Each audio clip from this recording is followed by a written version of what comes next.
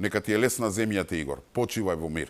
Веста дека херојското и лавовско срце на Игор јук не додржа, ме погоди. Срцето му откажа на 7-миот роден ден на својата керкичка, којот како е родена својот татко го има гледано само како затвореник, за време на посет или кога му дозволувале по некој ден да помине дома како привремен отпуст.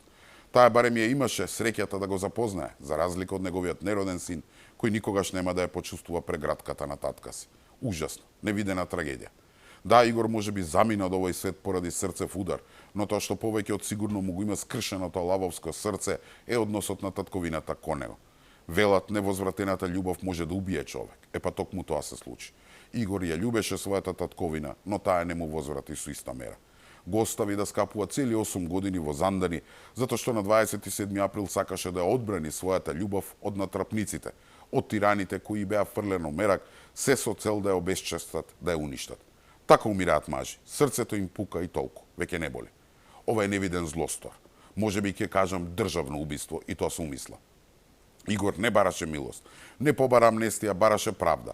Бараше неговото име како името на останатите кои се уште во затвор да бидат исчистени од црната дамка кој им ја стави власта на СДС Мајдуи, поддржана од ова корумпирано судство, кој уништија цели семејства.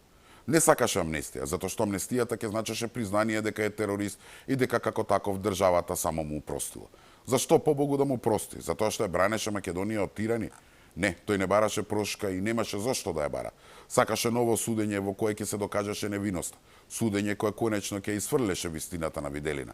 Вистината дека тој и останатите само ја бранеа Македонија од разните тирани од типот на Заевци, Димитровци, Ахметовци, Џаферовци, Османовци, кои во таа кобна 2017 година насила ја превземаа власта и го почнаа походот за уништување на Македонија.